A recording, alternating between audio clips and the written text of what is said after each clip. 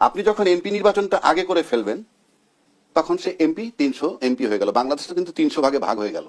300 ভাগে ভাগ হয়ে গেলে এক ভাগের মালিক হয়ে যায় এমপি সাহেব। আমাদের দেশে যে থিওরি, ওই যে জনগণ ক্ষমতার বুলশিট, ওটার মালিক হয়ে যান এমপি সাহেব।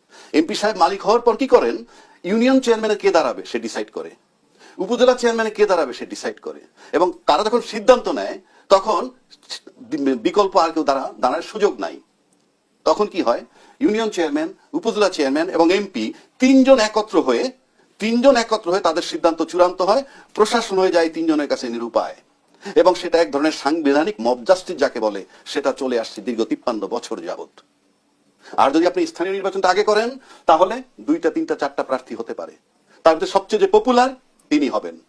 আবার যদি উপজেলা চেয়ারম্যান করেন, যিনি পপুলার তিনি হবেন, তারপরে যিনি এমপি হবেন, তখন এটা সমন্বয় খুব কঠিন। যার জন্য আগে এমপি নির্বাচনটা দরকার। তারাই চাবে যারা মনে করে আমরা এই সংবিধান মোতাবেক স্বৈরাচারের মতো দেশ শাসন করব। তা না হলে আপনার সমস্যাটা কোথায়?